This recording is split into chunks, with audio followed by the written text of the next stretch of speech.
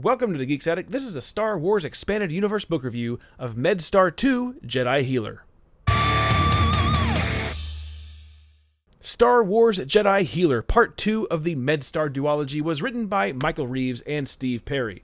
This expanded universe tale takes place during the Clone Wars in the Rise of the Empire era, 21 years before the Battle of Yavin. Now, before I get into my overall thoughts, here is a brief summary.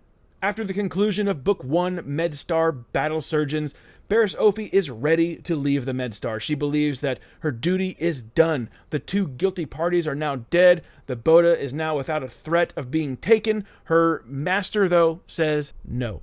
You have a job to do. Now use your Jedi healing powers and assist the medic team. Barriss desires to become a Jedi Knight. She wants to be tested. She believes that she could use her healing powers anywhere on the battlefield, not remain in the Medstar. But too bad. The Boda is losing its potency. The healing effects are diminishing, which creates a sort of an urgency for its transport off-world to all parties seeking it. The Republic, the Separatists, even the crime organization Black Sun. A new surgeon fills the role of the fallen Zan Yant, who was killed during an attack on the Rimzo unit in the previous book.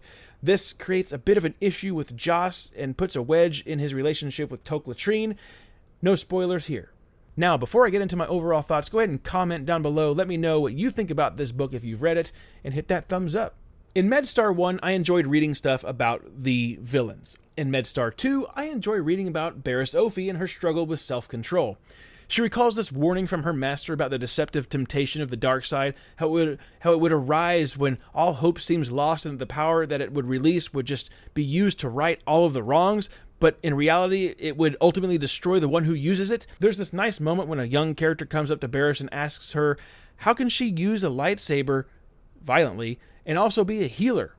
Well, she gives an explanation about the Jedi's role in the current galactic conflict, and I thought she did a pretty good job. It makes sense. I laughed when Figure and Dan and the Modal Nodes were mentioned.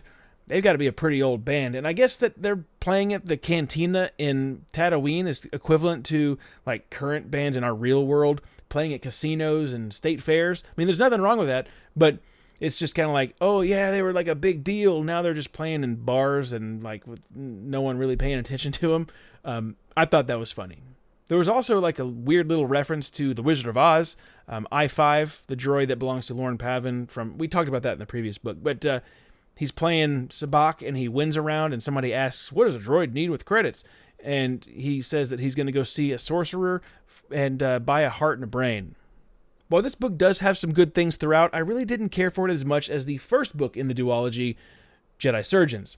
Now, I do think that the authors did a pretty good job of writing the dialogue and the descriptive details that they put throughout the book, and there's just something about the story that wasn't captivating for me. And I know a lot of people liked this book, but, you know, a good duology overall, but not my favorite. So for the rating, I will give Star Wars Medstar 2 Jedi Healer a C-. And that does it for this book review. Hit that thumbs up and subscribe if you haven't already.